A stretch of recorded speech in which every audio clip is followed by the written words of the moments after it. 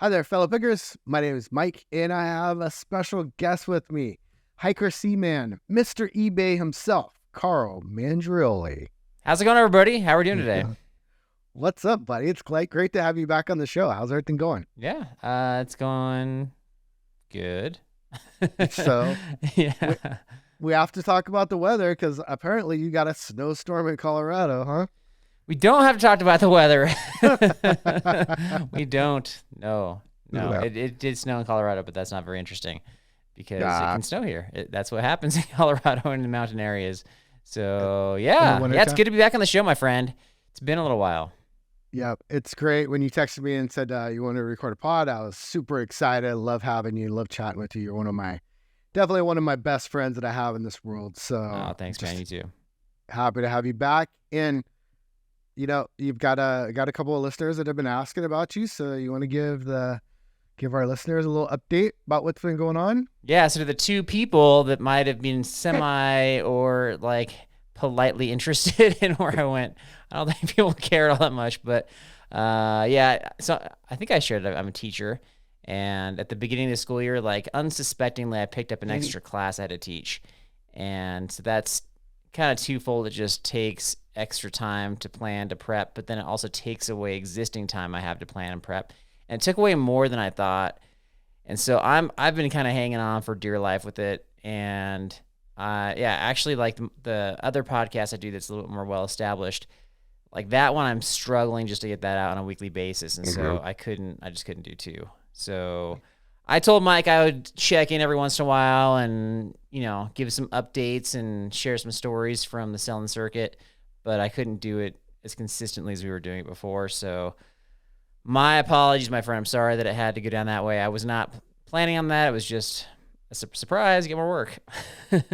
No apologies needed. I'll take you when I can get you. And it's been a lot of fun being able to do this with Jennifer also. Mrs. Tupwara, she's been being called lately. Right. Yeah, for sure. She's great. You definitely got me up on my feet with this thing, and I see you were doing all the editing before, so I really see how much effort it does take to do these things, man. I spent quite a bit of time on this, and it's still a pretty clunky episode when I put it out. So forgiveness to all of you out there that are listening. It'll get better, I swear. This will be super smooth, my friend. We'll just make this flow like melted butter. Oh, that's perfect. I love those kind. Yeah. I love those kind. All right. Well, it's good to have you back. And so in this part of the segment, you'd like to give a couple of sales updates. What sold recently? And we have always admired the people that sold a lot, took a lot of packages to the USPS or sold a lot in one day. And we finally got our first day where we sold 5 in one day, man. Yes. We're so excited. Yes. It's exciting to drop off a bunch of packages, right? It is. Yeah. I loved it. So what kind of do you drop off 5 in one day? Do you have 5 days or 5 sales in a day?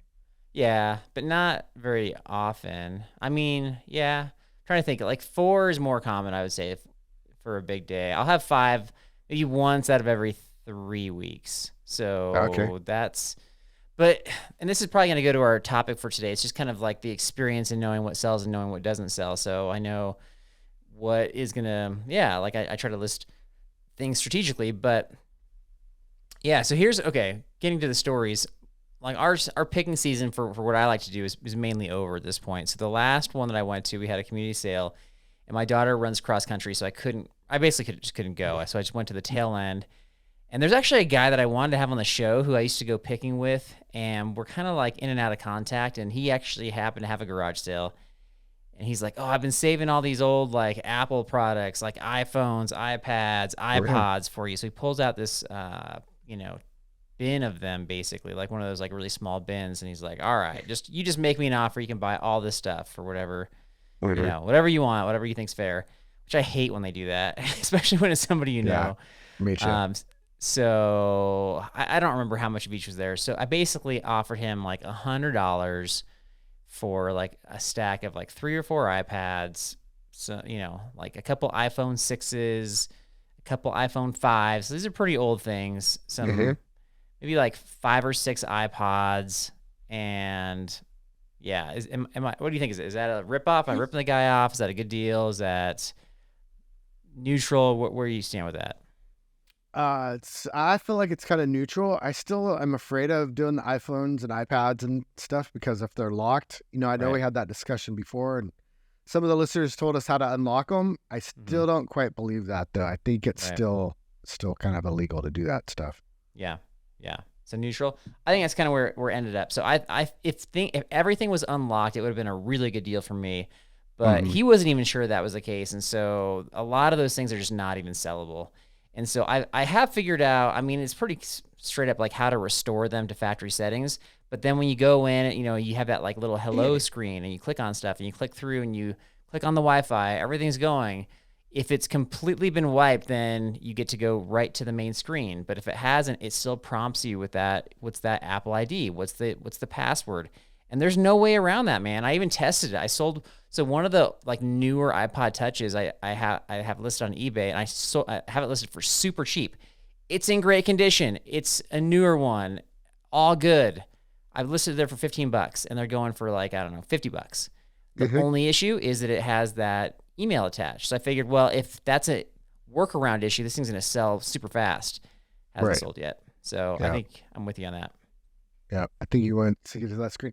What I would be interested in, though, about the electronics like that is there has to be some kind of a recycle value. And I think if you dug deep, you might be able to find some people that actually buy those for the parts inside or the gold or the titanium or whatever it is that's inside of those things. Yeah, that and so might be for sure. Go ahead. No, I was just going to finish. That might be worth it for me if I found something like that. So, my strategy is just to pile them all into one lot and be like, I've got 4 iPads with various issues, 4 iPhones, and just kind of put it on for an auction on eBay. So once I have that all sorted out. So to get to the point though, to your question, like my one sale, so I sold like one of the iPod Nanos for like $35 minus shipping. There you go. Cool. There's my sale of the episode. I love it. Yeah. We always like to hear that stuff. Well, the one that I have, this was really fun, and I think you'll appreciate this, is being able to network with your friends and know that you're a reseller. So when they go to start throwing stuff out, they think about you, and they're like, oh, I wonder if Mike would want this old piece of junk. And one of my friends gave me an old camera in a leather case. It was an Argus vintage camera, and untested. It was still in the case. Strap was broken, all that stuff. And we ended up selling that finally. And it only sold for about a month or it only sat for about a month or two. Okay. And it finally sold for $13 plus ship. So a free item. Long time for me. It's a long time to have something shipped or to sit in the eBay like listings. I know for some people they're like, whatever, I'll let it sit for years. For me, I have such a hard time with that. I know you do. It's like the person who has all their tabs open on their computer. Like, and like some of the tabs are the same. That just drives me nuts. So it's kind of same category. 100% I'm on you with that one, but I am not as good as you. I think you have a secret formula on sell-through rate somehow because you have like 10 items in your store and you're selling 30 items in a week. It's just crazy. That doesn't make any sense. I have experience and I have impatience. So those two things. So there's probably things, I don't know, like I've let them sit a little bit longer since we started our podcast, and there's things that have 0 views for weeks, and then suddenly it'll sell. And in previous years, that would have just been donated. So it's definitely some impatience there. Right. Gotcha. Speaking of that, one of the iPhone boxes that you gave me over in Salt Lake, when we met in Salt Lake, it finally sold. Geez, that thing sat for, I don't know, a long time. I'm nervous about all those, to be honest with you. You're nervous? What does that mean? Nervous that they're not going to sell. Like they're too old, like the iPhone 5s, 4s, 6s. Yeah. I think that if it's something you just got for free, who cares though, right? Yeah, it's just holding on to it, right? Yeah, I don't know. Okay. Gotcha. Well, I got a couple stories since we last recorded. I'm trying to think of where I want to go with this, but here's one that like maybe, I don't know, this is probably relatable to some folks out there. This has never happened to me before, but this just happened this last week. I sold a video game on a Tuesday, or might have sold on whatever. I shipped it on Tuesday, so it sold, and then on Thursday it arrived at its location. Like if you check the tracking, Yeah. But on that same day, I got an email from eBay saying, "Hey, if you haven't sent this yet, don't send it. We're canceling the transaction because there's an issue with the buyer. Like this is some sort of like scam account." And so I was like, "Well, not only have I sent it, but it's arrived, so I can't get it back." Right. Yeah. So have you had something like that happen before? No, but that's interesting you bring that up because that's one of my episode ideas is how to avoid the eBay scams or how to find them. So Yeah. I'm on pins and needles. Tell me what happened. Okay. I mean, I don't know how to avoid this one because everything looks legit. And I got paid. I didn't send it before I got paid. So I just called up eBay. I was like, "Hey, I can't get this back. I don't know what you want me to do."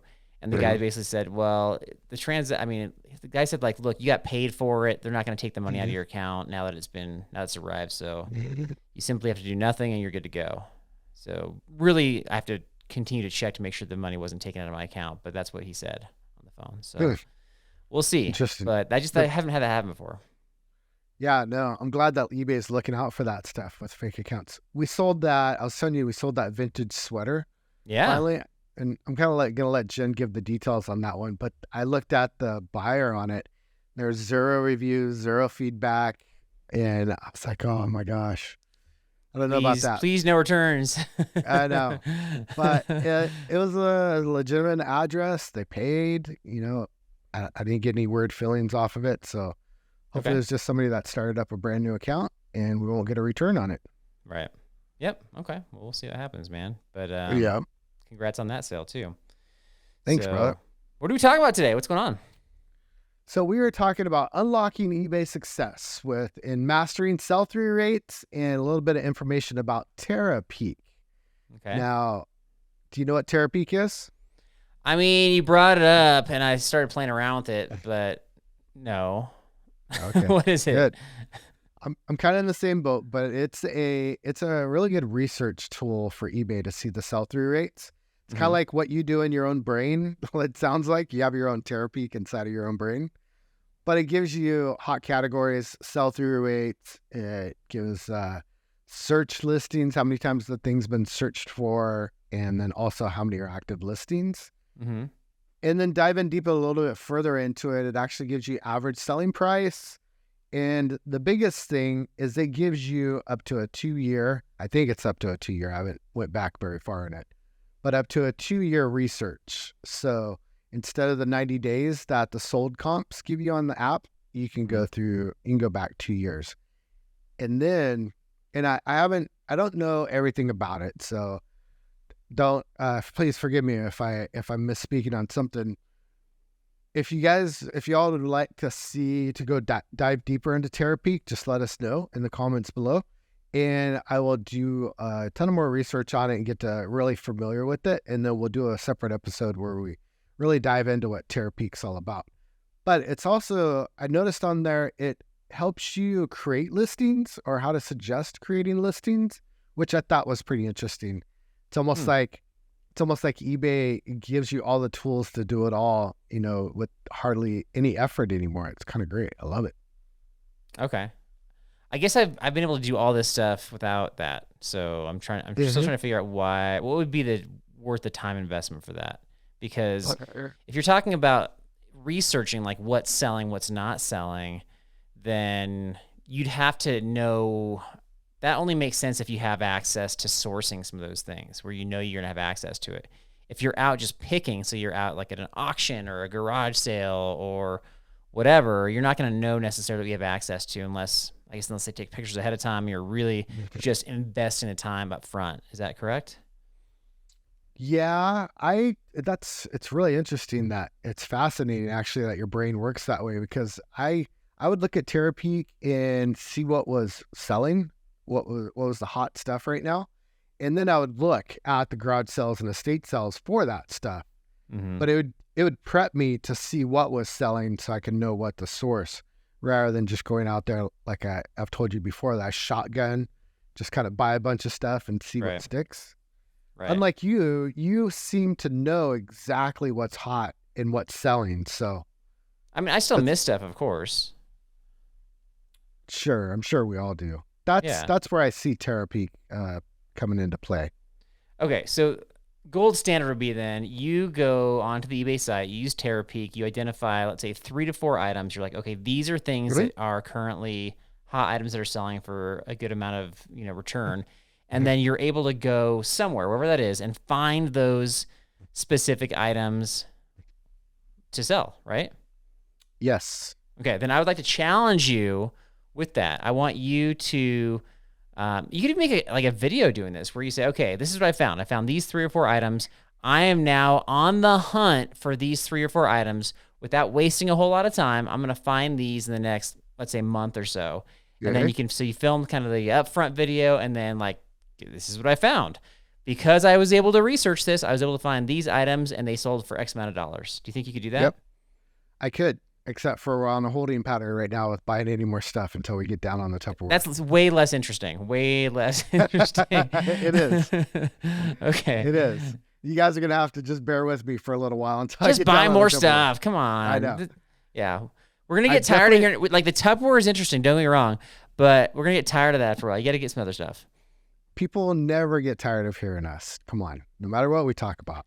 No. Yes. Incorrect. Yeah. You bring a good point. And I have kept that in consideration for the listeners that have been following us with through the Tupperware journey. I know some of you really like to hear it, and some of you are like, "Oh my gosh, Tupperware!" Like, when's you gonna buy more Frosty the Snowman stuff? I know exactly. Okay, so some of the things to look out for right now are the Bakelite. So I think it's is it the stuff, the uranium stuff? Is that what Bakelite is? Uranium, like in bombs.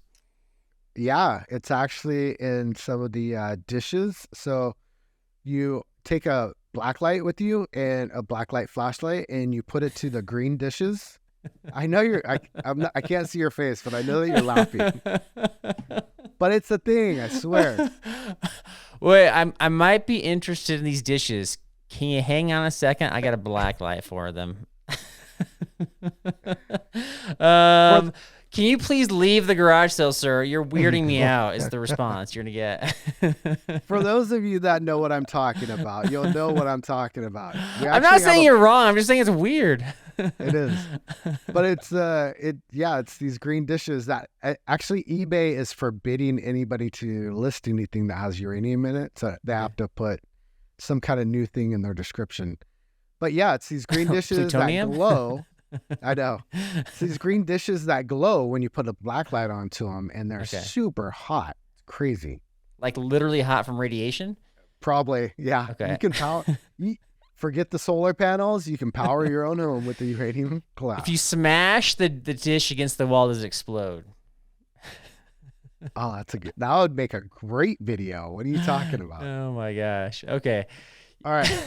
I feel like episode 1 we're like, stay away from the dishes, and now you're circling right back to dishes. No, I'm giving you some of the what Terapeak is suggesting as great opportunities.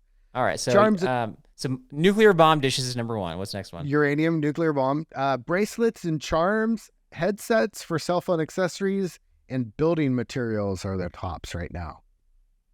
Building materials.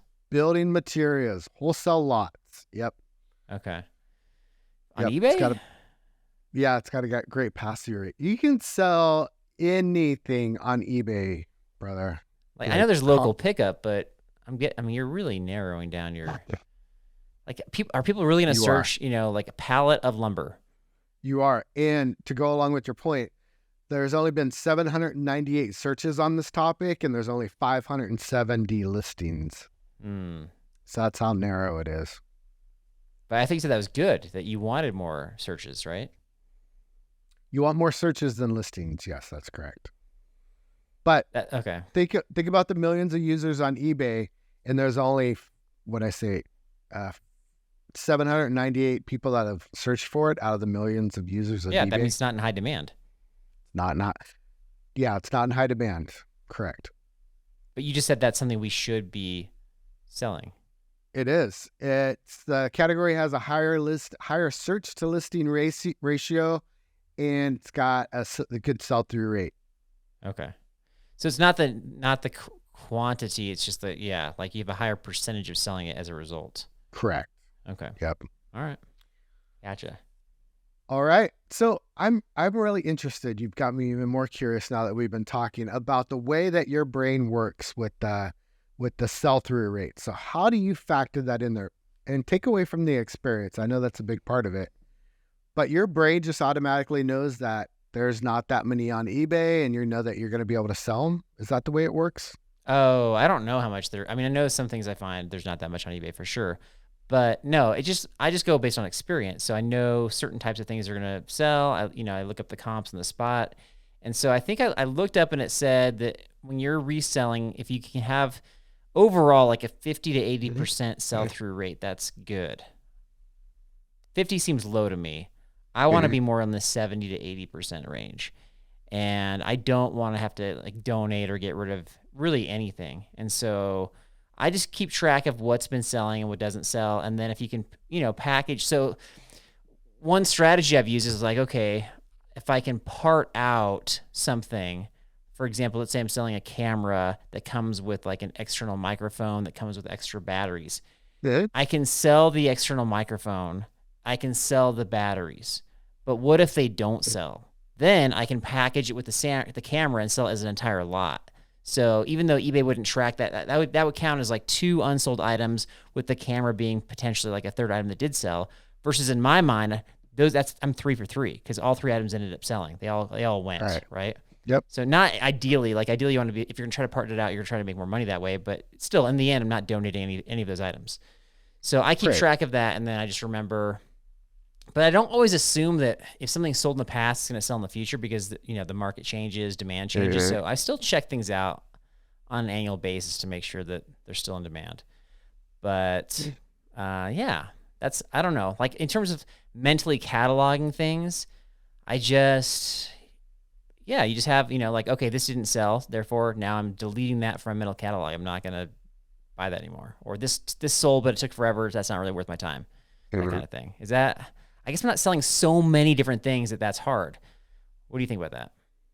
No, that makes a lot of sense to me. And that's what you're doing is just the typical sell through rate to the eBay app. You're looking at active listings compared to sold listings and then averaging that out for the sell through rate. That's perfect. Okay. I thought that you were just, I don't know, like you just could figure that stuff out in your brain off the top of your head because you really do sell through a lot of stuff. It's like amazing how much you buy compared to how much you sell. And when you really look at that, you don't have that many active listings at any one particular point in time. So right. Yeah, 10 a week is what I do. 10 a week. See, that's insane to me. That's wonderful. I'm impressed. Well, thanks. Yeah, and they're not all, I mean, I don't know, they're not always good. I'll try to save some of the questionable items till like the end. Like I'll list those last. I'm running out of inventory, but that's just based on years of experience of knowing what's going to sell. So I don't like, I'll sell all 10 relatively often, I'll say, but I don't always sell all 10 within the week. That doesn't always happen. Fair enough. Yeah. You still have a great sell through rate in your store or in your eBay business. Because you don't have a store, right? You just have the free seller account? Yeah, I don't think I sell it quite enough to warrant a store. Gotcha. Is that right? Or what do you suggest? Well, if you're not paying insertion fees, then no, I wouldn't see getting a store. With all this Tupperware, we started hitting our ceiling, so we had to upgrade. What's the advantage of a store besides like, reduced or like no insertion fees? The amount of listings, the insertion fees is the only thing. There's really... Besides that, you now have a landing page for people to go to. So like we're getting known for Tupperware. So we're getting a lot of followers and people are coming to our site. And so instead of them just searching for our Tupperware, now they have a landing page. We have a Tupperware category. They can filter through and see what all we have in one spot. Yeah. So if I'm selling all the same things or a lot of similar things, that would make sense. Yeah. So sometimes I'll get buyers that buy more than one thing from me, but not typically. Yeah. We got a buyer that I think she bought 15 of one of our items. That's a lot. I know. Like at one time?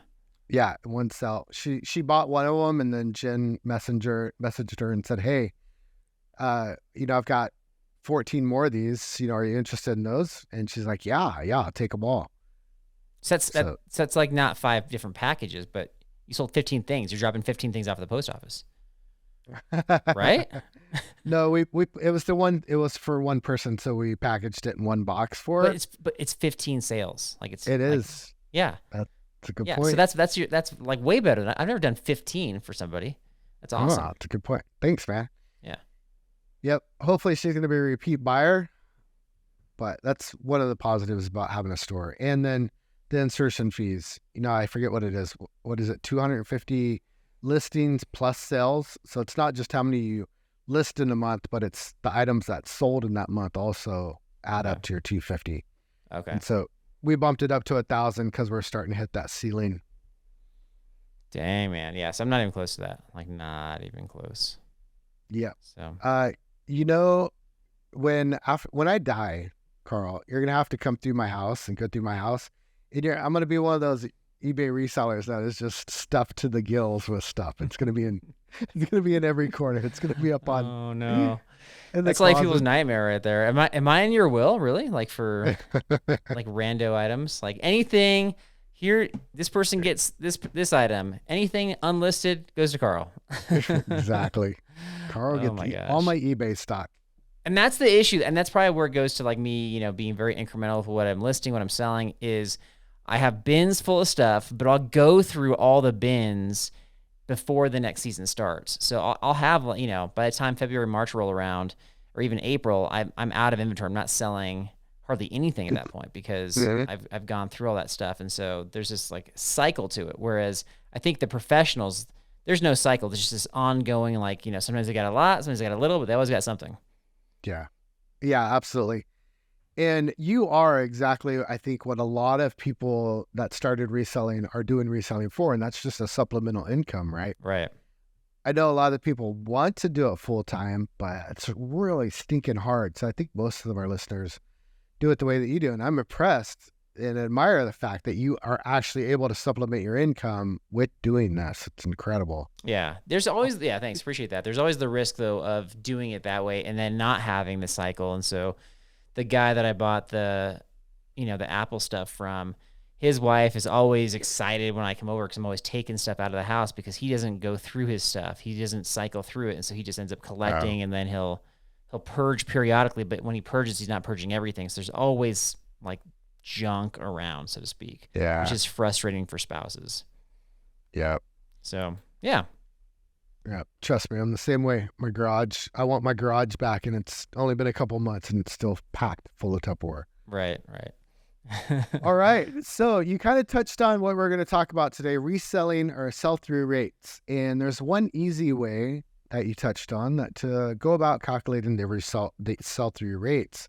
And that is with the eBay app. And what you do is you type in whatever, take a picture, scan the barcode, whatever it is, type it in. You bring up the item that you're searching for. And at the very bottom, you look through how many are active listings. Let's just use, there's 50 active listings for this example. And then when you go over to the filters and click over to the sold and completed. And then at the bottom of that one, it's going to tell you how many is sold in the last 90 days. And so let's just say that one's 100. Mm-hmm. So what we have is 100 sold items and 50 active listings. And you want to take the 100 and divide it by 50 and then times it by 100 to get the percentage rate, right? So in this case, 50 and 50, so 50 active, 50 sold would be 100% sell-through rate. 100 sold, 50 active listings would be a 200% sell-through rate. And that's phenomenal. That's what I want to find all day long. Okay. That's how they figure out sell-through rates? That's not how I thought. I just thought it'd be like total listings versus total sold. Total plus total? See, now you're trying to complicate it. No. I just thought that the basic sell-through rate would just be total listings compared to total sold. So in the last month, I listed 50. And out of those 50, I sold 25. Therefore, my sell-through rate is 50%, 25 out of 50. Right. Mm-hmm. Yes. Basic, same principle, same math right there. Then there's never a scenario where you're going to have 200%, right? You need the scenario where you have 200% sell-through rate. The max is you can only sell what you've listed. So if you have 50 active, but 100 of them have sold, that's a 200% sell-through rate. Yeah, we are not talking about the same thing. Not even close. Really? Interesting. Yeah. You have 50 active, so 50 are active. They have not sold. They have not. But prior to that, you've sold 100. Yes. Yeah, I'm not talking about that whatsoever. I'm saying last month I listed 50. Out of the 50 that I listed, I sold 25. So I have 25 remaining, and I sold 25. I sold half of the listings that I had last month. Yeah. My sell-through rate is 50%. Yeah, we're talking about the same thing. Okay. I don't want to go down the math rabbit hole here, but it doesn't sound like it to me. Yeah. In theory, in mathematics, we're talking about the same thing. So I did a deep dive in this last night. And that's why I feel confident in that I know what I'm talking about. I'm not saying you don't know what you're talking about. I'm just saying that what I'm talking about, it sounds different than what you're talking about. No, I get it. And then there's a couple of YouTubers out there that explained it really badly and wrong. And that's no problem. But I went on some finance websites and really looked into and business websites to look at what sell-through rates were. And what you're saying is exactly what I'm saying, unless I'm totally off base here. But it's the same principle to find a sell-through rate.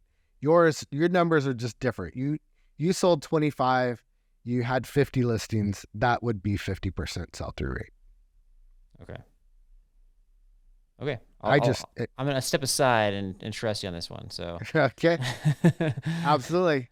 All right. And if I'm wrong, you guys can feel free to correct me too. Just shoot me a text, or you guys are very confident in calling me out in the comments. So I'll take that too.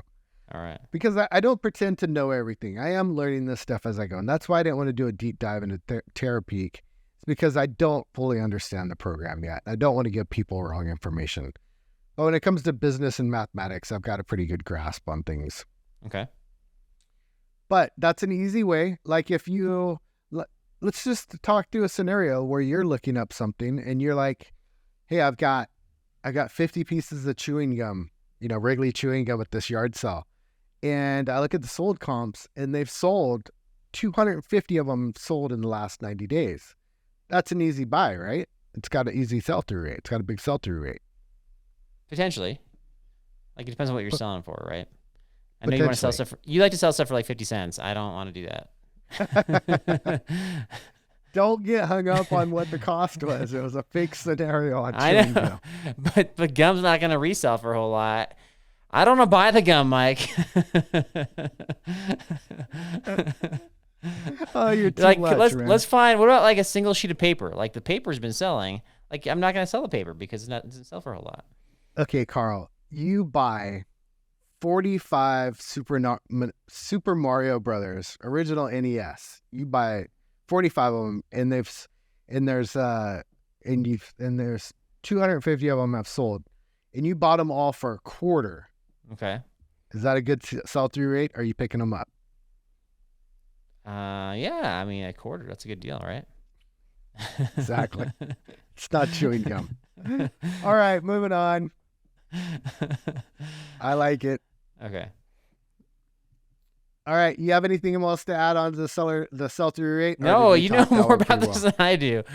I'm just the guest. Like, you're having me on as a guest, but not an expert. So, but I'm learning from you as we go.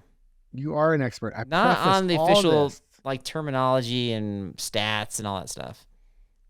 But you know how to figure it out. And it's the same thing. Look at active listings, look at sold listings, make sure that it's got some sales in there, and then it's a good deal.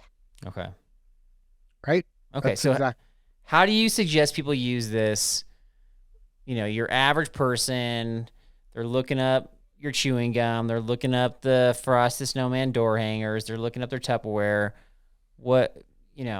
How are they using this? What's the practical advice here? Refer back to section 1 where I said you look up the active listings.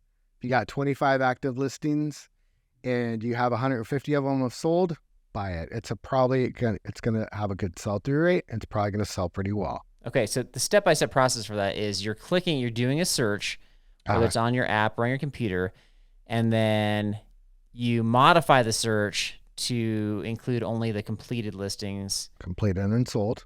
completed and sold, and then that's how you do the comparison. Correct. Okay, there you go. It's a great way. As long as there's more sold than active, and you don't want that number to be very close to each other either. Like, okay, the hard part about that is that some items, like the market is flooded, but the sales are still good. Okay. So it's going to be hard to scroll through like how many active listings there are of a certain thing versus how many have sold, because there's like you're scrolling through pages and pages and pages, and then when you click on completed and sold, you're scrolling through pages and pages and pages. That's where experience comes in. Yeah, it tells you at the bottom of the screen. You don't have to scroll through. It says how many are active and how many have sold. There's other stats at the bottom. Yeah, stats at the bottom. Another pro tip right there. On the eBay app. Oh my God, my head hurts. Okay, I think I'm using my computer more than the app is probably the issue. I found that when I'm out picking, my app works like half the time, so it's harder for me to rely on it. Yeah, I'm with you on that one too. And then there are a couple of workarounds for Terapeak, because Terapeak isn't on the app, it's just on the website. But there are a couple ways that you can get the app onto your home screen if you're an Apple user. Okay. All right, so if you like this podcast, and we'd appreciate it if you hit the subscribe button, and also on Apple Podcasts, if you give us a review, it really helps us out since we are still growing. People haven't quite found us yet. And then you can follow us on all of our social medias at Pickers Podcast. And over on X, Pickers Podcast was already taken, so I had to choose Podcast Pickers, which a few of you have found us over there, which is kind of cool. I love connecting with our listeners. That's great. All right, Carl, are you ready for a Tupperware update of the week? Yes. What's going on with Tupperware? Tupperware is going good. It is flying off the shelf. It's not quite the sales that Jen would really hope for, but it's still moving quick. She's listing a ton. So cost rundown is that we bought the Tupperware $1,900 all in. And so far, as of today, we have made $596.72. That is net. That is net profit. That's money in our pocket. Okay. So and I think you and I define profit differently, right? How would you define it? Well, if you spent $1,900 and you haven't made your $1,900 back, you've made zero profit. Right, exactly. So net. So the $596 net sales. Is net sales. Yeah, correct. Net sales going towards the $1,900. Yeah. So two things. So you're about a quarter of the way back to even. With still a ton of things you said that you haven't sold yet or haven't even listed. And then second thing is I think it's awesome that you're keeping track of the cents too, 72 cents. I love it. I don't round up, man. You got to be specific in this I keep track of the cents too, so I think it's fun. Yeah. To be honest with you, that's the only cents that I have, so I have to keep track of it. That makes sense. Is this another bear episode? All right. So that's a good Tupperware update. So $596, and so we'll see how you're doing next time. Yep. 1,300 to go. 41 listings have sold, and that is an average net sales of $14.55, which is really impressive. Yeah. All right. Good deal. All right, so I know this is the part that you've been waiting for, Carl, and that you've missed the most, and this is trivia. Mike's trivia. I actually was really hesitant to do trivia with you when we started up this podcast, but now I actually kind of like it, and I think I got some good trivia questions for you. All right. What you got? You ready for the first one? Yeah. This is a softball, and it's multiple choice. In what year was eBay's website launched?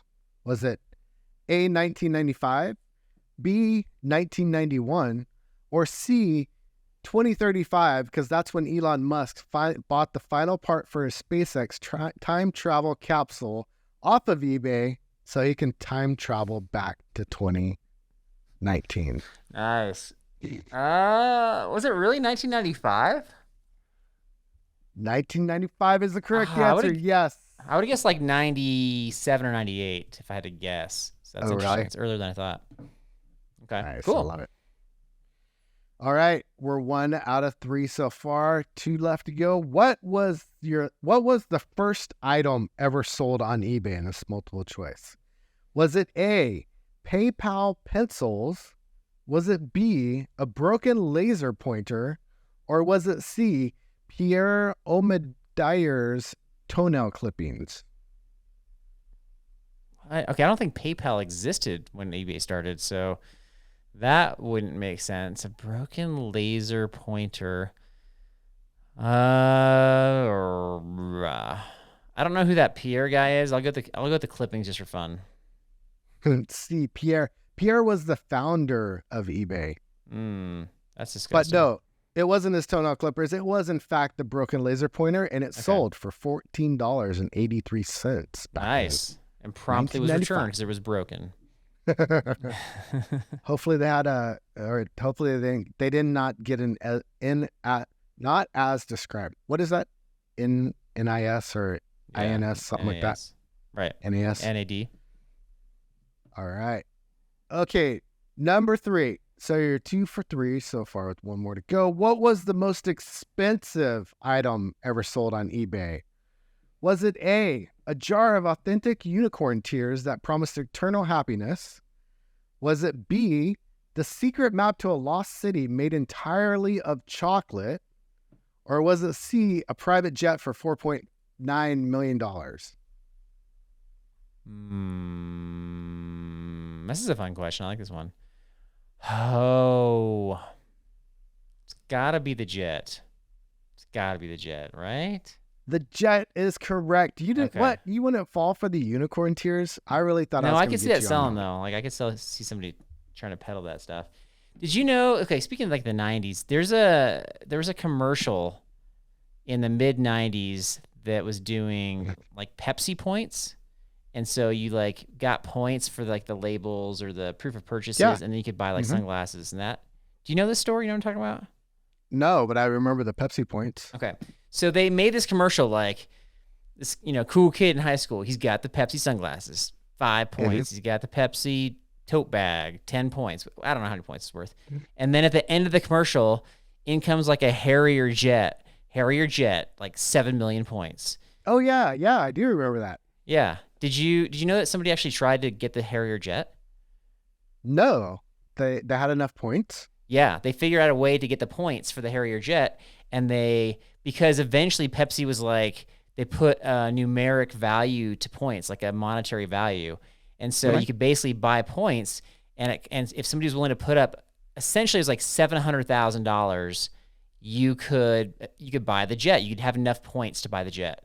Wow! And so some kid like our age at the time got an investor that he happened to know because he was a mountain guide, and he's guiding like, super rich people. He had befriended one, and this person put up the points, and they like presented to Pepsi. They're like, all right, we want the jet. Good. And they're like, yeah, that was like a joke. You can't have the jet. Yeah. You can't have a jet. We don't have a Harrier jet for you. And so they made him an offer to like buy him out at like $1 million. And the kid's like, yeah, I want the jet. And apparently, so they made a documentary about this. I just recently watched it. I forget which platform it was on. And this is now, because Pepsi at the bottom of the commercial didn't put that like, disclaimer. They didn't have a disclaimer because it was for them. It was clearly a joke. This is now that scenario is in like all the law books about whether like this kid should have gotten the jet or not. So check out the documentary. I think it's like called Pepsi, Where's My Jet is the name of it. Oh, crazy. Check it out to find out what happened. Yeah. Those are crazy stories. And speaking of documentaries, you were texting me last night about a documentary that you're watching. What is the name of it? It's called, this one's on Netflix. It's called The Pez Outlaw. Okay. And this is basically a documentary about reselling and sourcing. So, and it's good. It's like pretty well made. So I think there's like one bad word in the whole thing. So it's pretty clean, but just beware there is one bad word. And then it's just entertaining, and I think that you should have the guy on, the Pez Outlaw. Okay. What's his name? We'll call him out. His last name's Glue. I forget what his first name is. Glue. Mr. Glue, if you're listening, if you're one of our listeners, hit me up at pickerspodcast@gmail.com, and we will have you on the show. You got to do better than that. You got to invite him. Oh, I got to invite him? He Yeah. probably has a publicist. He probably does. Okay. I'll hit As up a his podcaster, we're not fans of publicists. They just like get in the way and are super annoying. That's great. Yeah. Thanks for clarifying. Yeah. All right, my friend, it's been super fun to have you on the show again. And like I told our listeners, you aren't going anywhere. You're still going to be around. It's just busy for you. And Correct. I will take you anytime you will come on the show. So Thanks for coming back on. And remember, folks, go find your own treasures one story at a time. And it's not reselling if you're not listing those parts for your time travel device.